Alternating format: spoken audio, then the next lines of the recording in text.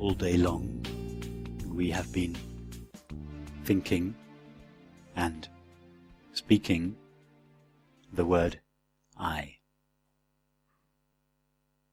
In fact, not just all day long, but throughout our entire lives. We have continuously referred to I.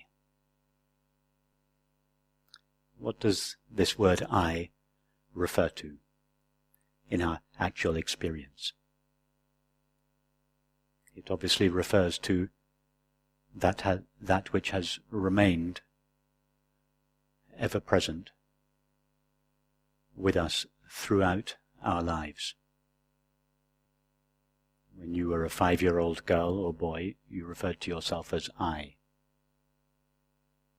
Likewise, the 10-year-old, the 20-year-old, the 30-year-old, etc. Always I was at the center of experience. And there was not a moment when this I was not present. Even in deep sleep we refer to the experience of deep sleep by saying, I slept. Which is an acknowledgement of the presence of ourself. Even in deep sleep we say, I dreamt. I was present throughout my dreams. And throughout the waking state, all experience is referred to our self, I. So ask yourself, what is it that has remained with me all my life? What is it that has never been parted from me for a single moment? A thought disappears every time it comes to an end. So our thoughts are always being parted from us. They are always vanishing.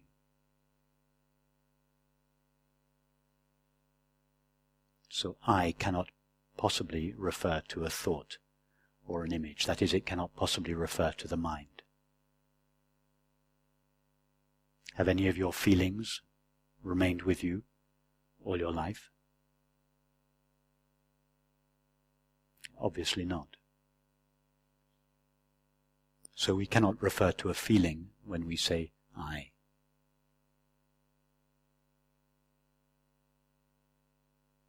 Has your body remained with you as an actual experience all your life? No. All we know of the experience of the body is a collection of intermittent sensations and perceptions. No one has ever experienced a continuous body. All we know of the apparently continuous body are discontinuous sensations and perceptions. So I cannot possibly refer to a body. And yet we use the word I almost more than any other word. I is the most important thing in our lives. And yet, strangely, we have a very vague idea about what this I is. So take the thought I now and just follow it until it takes you to whatever it refers to. For instance, if I were, just pause there for a moment, if I were to suggest to you, take the word traffic and follow that thought to its referent.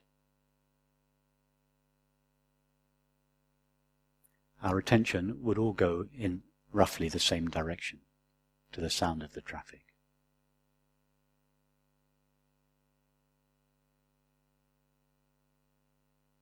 If I were to suggest, take the thought, foot, our attention would all go in a very specific direction, towards the experience that we call my foot. Now take the thought, I, and follow it wherever it takes you. Having established already that I doesn't refer to a mind or a body. That is, to a thought, an image, a feeling, or a sensation. If we follow the thought I, it will eventually lead to the end of thinking. The thought I is like a doorway in the back of the mind. If we go through that doorway, if we try to follow thought through that doorway, it takes us out of the mind. Thought comes to an end as it goes through that door. Instead of following thought outwards towards the object or objective quality, trace it back in the opposite direction.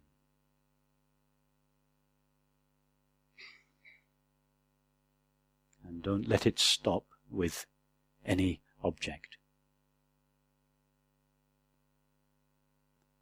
If you find yourself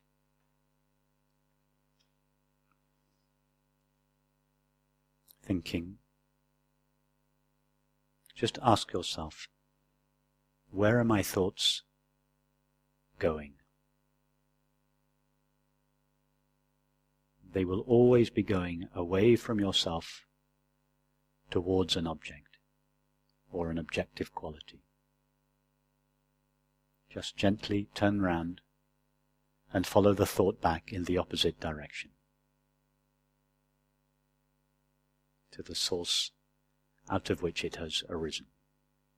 Follow it back through that empty door in the back of the mind.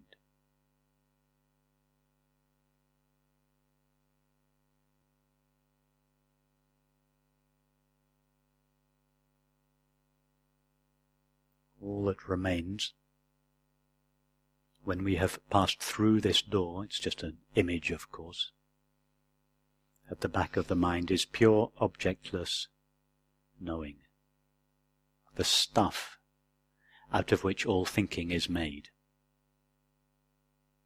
but not the thinking of anything, just pure knowing, pure awareness without an object, pure consciousness.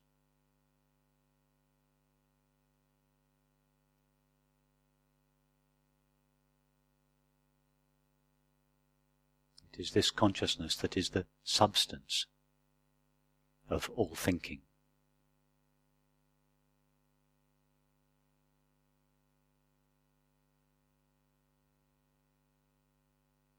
And in the absence of thinking,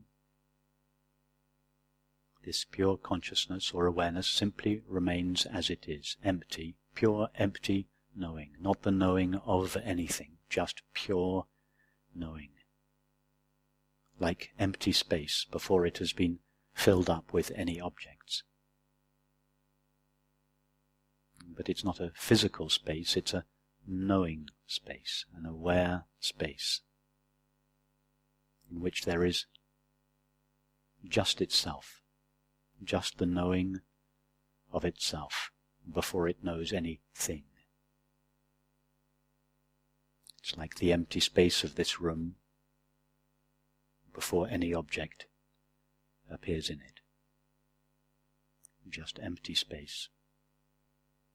And yet the space we are talking about is not really an empty space, only empty in the sense of empty of objects, but it is full of itself, full of pure objectless knowing. Dimensionless awareness, full of itself but empty of objects. Just abide knowingly as this empty awareness.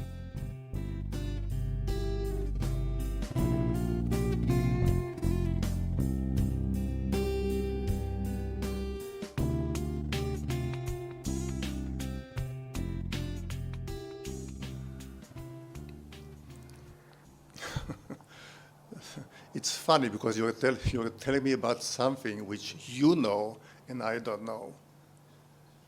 And I'm not telling you about that. I don't know. I have no special knowledge that you don't have. Are you not aware of your thoughts? Yes, I am. Okay. You said yes with conviction then, and that conviction came from your experience. You know that you are aware of your thoughts. You are experiencing that awareness. You are that awareness. You don't know it as an object, nor do I. See, awareness is a word. It's a word, that's very true. It's a concept, but it's a concept that points towards something that is real. Whether it's a concept or not is not the question. It is whether the concept is true or false. You're quite right. It's a concept. But if you look in your experience, you'll find that it points to your most essential self. And if you explore that very deeply, you'll find that you've never experienced it appearing or disappearing. It was very good when I asked you, what is it that is aware of your thoughts? You first of all acknowledged that there is something that is aware of your thoughts. And then you said, I don't know what it is. That's a very good place to begin. Most people say, I know exactly what it is. It's a man, it's sitting on a chair, it's such and such an age, it's such and such a nationality. You said, I don't know. I know that I am, but I don't know what I am. But you just said it's a good way to begin. But I've been doing it for 30 years. So I guess I began maybe 30 years ago, and I'm still, as you said, a beginner. Try to turn your attention to whatever it is that is aware of your thoughts. Do that now. Where do you go with your attention? I'd go to something very abstract. It's a mystery. It's something that I cannot pinpoint. Yeah, absolutely. absolutely. Pinpoint it. You can't pinpoint it. It is yourself, but you can't pinpoint it. If you can't pinpoint it, how do you know it's sitting on a chair? How do you know that it was born if you can't pinpoint it? If you can't find it, if it's mysterious, if it's a mystery? Why are you so sure that it was born? Why are you so sure that it lives in a body? Why are you so sure that it disappears when the body disappears if you can't find it? I'm not that sure. Perfect. Perfect. You're not sure. You're not sure that what your sister essentially is died when her body died. You're quite right. Don't be so sure. Maybe the awareness that she was when she was alive is still present now. The awareness that is present now. Maybe her awareness was identical to your awareness. Could it be that the experience of love is the recognition that what we essentially are is one? Doesn't that make sense? Isn't that what we feel in love? Could it be that the experience of love is the experience of our shared identity? That her awareness is your awareness, and that it is present, intimate, close now to you as it was then? Yes, it's a possibility only. Yeah, it's a possibility. Okay, I would say one more thing, that it seems to me that you come with convictions using the word awareness, not death, not born, everything that I question everything because it's not my experience yet. So when you lecture us and you use all these terms as if it is an axiom, as if it is the ultimate fact, I cannot accept it if it's not really my experience. I totally approve of your doubting, questioning mind. I also doubted and questioned these matters deeply and almost incessantly for 30 years. So I think your skepticism, your doubts, your challenges, your reluctance to believe what is said, I applaud you for it. That's the way to go.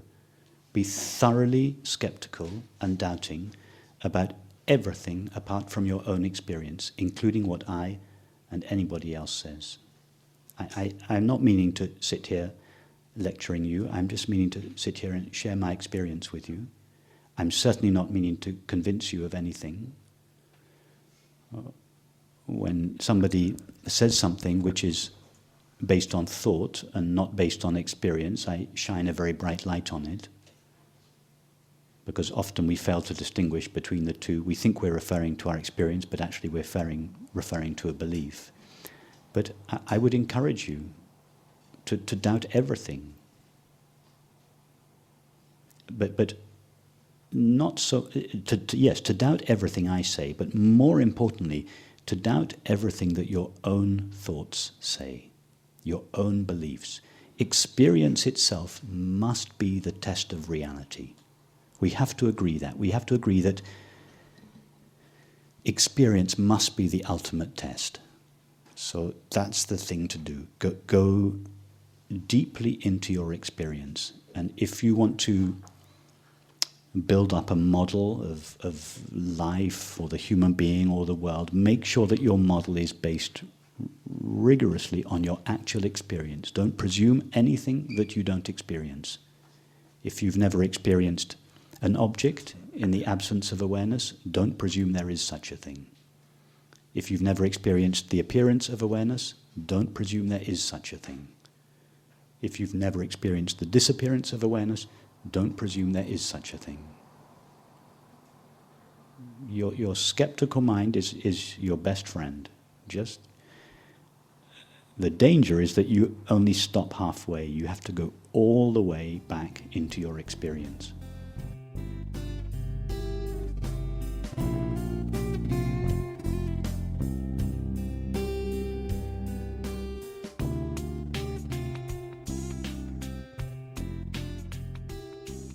I feel that there is a central awareness, a source that I have a fragment of or am a piece of, but I am definitely living within this body. All my perceptions come through my sensations of touch, thought, and the workings of my mind. I do feel that awareness is out there, but yet I just want to clarify, are you actually saying that our perceptions and our bodies are also just a perception?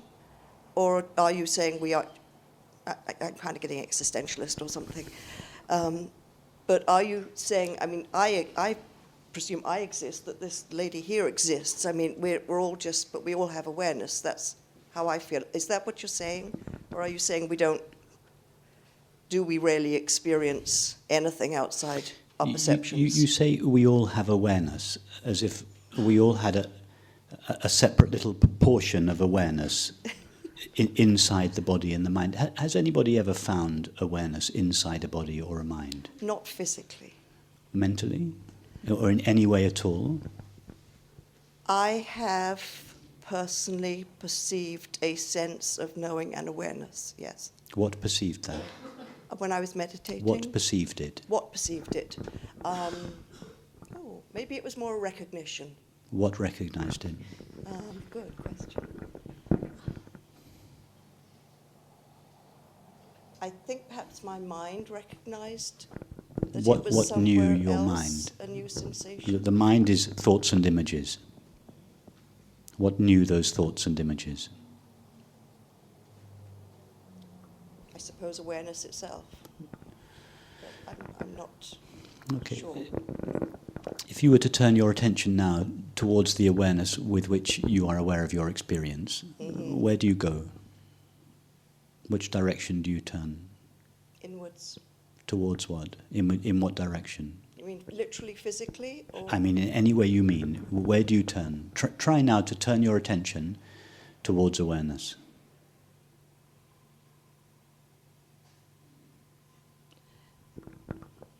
Kind of in the back of my brain.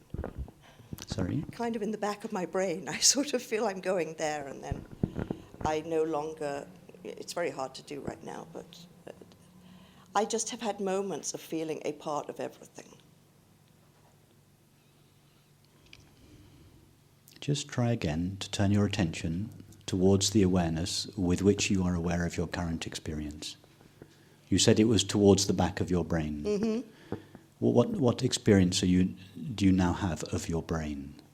Are you experiencing your brain? No. No, so if you're not experiencing your brain, you can't be experiencing awareness in the back of your brain. No. Okay, now go again, more carefully this time. Turn your attention towards whatever it is that is aware of your experience.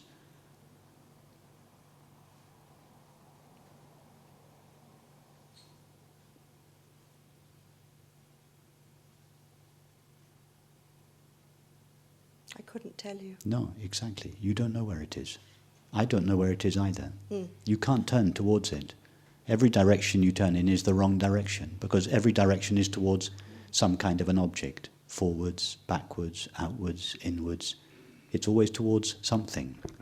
And awareness is not a something. You can't turn your attention towards awareness. If you can't turn your attention towards it, how do you know that it's located somewhere? If you can't find it, how do you know it's located somewhere? I think I can find it. I just can't identify where it is. I know that makes no sense at all. It doesn't make sense, you're right. You can find it, but you don't know where it's located. Well, tell us roughly where it is then. Is it on this side or on this side? It's not in my body. Okay. It's outside your body. Which, behind you or in front of you? It's not in a dimension like that. Tell me about it. Yes, exactly. It's not in a dimension. It's not in time and space. Perfect. If it's not in time and space, how can it be limited? Well, I don't think it is limited. Perfect. How many unlimited awarenesses can there be? An unlimited amount. An unlimited amount of unlimited awarenesses? Let's just take two. Let's just imagine. Let's just imagine there were two unlimited awarenesses. Yes? One here and one here. Okay, really. For there to be two, each one would have to stop somewhere. Right, so there can only be one. Perfect. Why don't you give that possibility a chance to prove itself true or not in your experience? Okay. Instead of presuming that there are 7 billion awarenesses located in 7 billion bodies, why don't you stick to what you've quite rightly discovered in yourself, that your awareness has no limits and there cannot be more than one unlimited awareness, so that when you speak to someone, you don't speak to them as a separate other.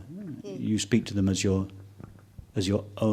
awareness in them, in inverted commas, that is hearing. You truly feel that it is your awareness that you are speaking to. Or when you deal with animals. If there's only one awareness, we must all share that awareness. Right. Give that possibility a chance.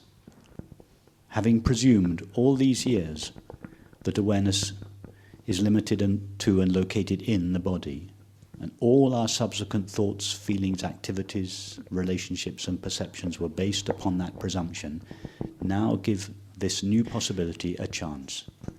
You don't have to believe that it's true or not, just give it a chance. Having discovered in your own experience that you have no knowledge of a limited awareness, live your life according to that discovery. And it is the response you get, moment by moment in your experience, that will be the answer to whether or not that possibility is true or not.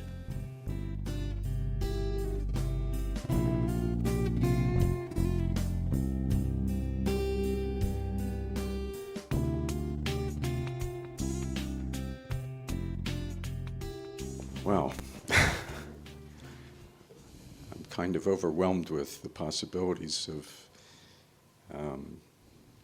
this conversation. My original question is kind of washed out by the last question. And something you said about one awareness, one consciousness, one experience. Yet I value individuality in spite of the fact I am confident that there's one awareness, one consciousness. If we map the experience of each person in this room, they each have a unique trajectory, a unique history, if they mark down this and that experience. It all comes from the one life that we are. Yet we all have our own unique point of view. You were looking this way, I'm looking that way. There's nothing incompatible with having our unique being or point of view and being one being. Can you speak to that? I completely agree with you. Oh, good. Okay. Then I'll go to my question, which actually isn't a question, it's a request, since people came here to hear you speak, not me. And that would be to hear you relate this ever-present existence, this experience that I am, that we are, individually and collectively, and the quality of life and how it relates to the quality of attention and the quality of this experience.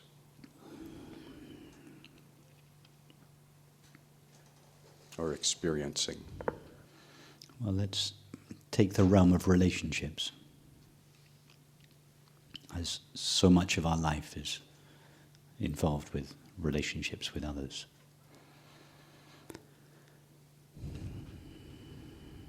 Just do this experiment that I suggested to the lady earlier, that up until now most of our relationships have been founded upon this presumption. I have my own parcel of awareness in here and you have yours in there. Just before you engage in relationship with anyone, a conversation, any kind of relationship, just pause, establish in your experience the conclusion that you've come to, that we are essentially one being. And then allow that feeling understanding to condition the quality of relationship that you have. Whether it's a relationship with your intimate partner, whether it's a relationship with a cop that's giving you a speeding ticket, whether it's a relationship with a guy at the checkout counter, your bank manager, your kids, whoever it is, first take this feeling understanding that what they essentially are and what I essentially am are one, are identical. And then allow that feeling understanding to play itself out in the relationship, whatever the particular color of the relationship. Of course, as you say, there's a tremendous diversity of possibilities of relationship, but allow all those different relationships to be informed by this feeling understanding and see what response you get back from the cop, the shopkeeper, your kids. It's in the response we get that the answer to this question comes. It doesn't come as a perfectly formulated non-dual concept. It can be formulated as a concept later on, but the answer itself is a living, experiential, moment-by-moment response. That's one example. Another example would be this, that if you go very deeply into what you are, this pure awareness, we find that it cannot be agitated. Thoughts can be agitated, feelings can be agitated, the body can be agitated, but that which is aware of them cannot. It's like the space of this room. It just allows everything. It doesn't get agitated by what we do or don't do. It doesn't need, the space in this room doesn't need us to be sitting peacefully and quietly. So discover that about yourself. In other words, that your nature is peace, undisturbable peace, and undisturbable peace is identical to happiness, because there's no rejection of the current situation. There's no feeling, I want to reject what is present and go off and search for what is not present in order to become happy. I, awareness, am already totally at peace. Discover that about yourself, and then re-engage with the world of objects.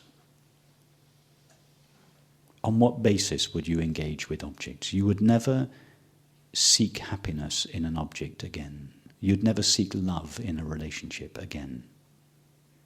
That doesn't mean to say that you'd cease engaging with objects and relationships. No, you keep engaging with them, but not on the basis of wanting to derive happiness or love from them. You engage with them because you feel at peace and loving, and you want to share that, you want to express that, you want to celebrate it, but you no longer want happiness from an object. You no longer want love from a person. See how that changes your experience. That you're quite right. Joy comes from what you are. Joy lives in our own being. It's our true nature. Happiness is the knowing of our own being. Yes. It's knowing of itself. Everybody is seeking happiness, which means everybody is seeking the end of separation, which means everybody is seeking their own being. Our culture has persuaded us to look for happiness in objects, situations, and relationships, and for this reason, the poet Thoreau said, most men lead lives of quiet desperation. It's true of almost all 7 billion of us, because we're looking in the wrong place for happiness. It resides, as you rightly say, in the simple knowing of our own being. It's equally available to everybody. That's the greatest discovery one can make about oneself. What we are is happiness itself.